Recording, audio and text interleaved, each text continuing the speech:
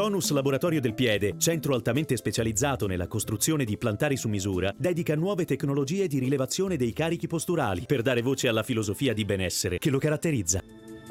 Benvenuti al Meteo. Un fronte di aria fredda irrompe dal nord Europa sull'Italia portando maltempo e anche un lieve calo termico. Vediamo nel dettaglio la situazione di mercoledì 2 ottobre.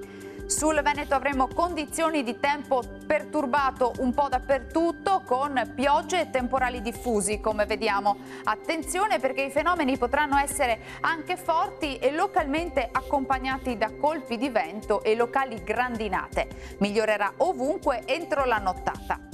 Temperature in lieve diminuzione, come detto, minime tra 11 e 18 gradi, massime tra i 19 e i 22 gradi circa.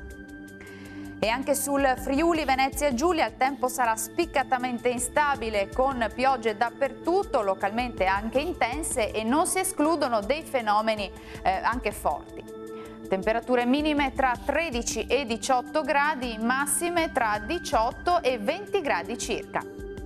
Uno sguardo infine al Trentino Alto Adige, dove la situazione sarà invariata. Anche qui il tempo sarà spiccatamente instabile con piogge diffuse, tuttavia in cessazione entro la nottata.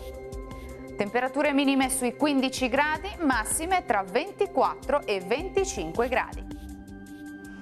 Bene, questo aggiornamento meteo per ora termina qui. Arrivederci.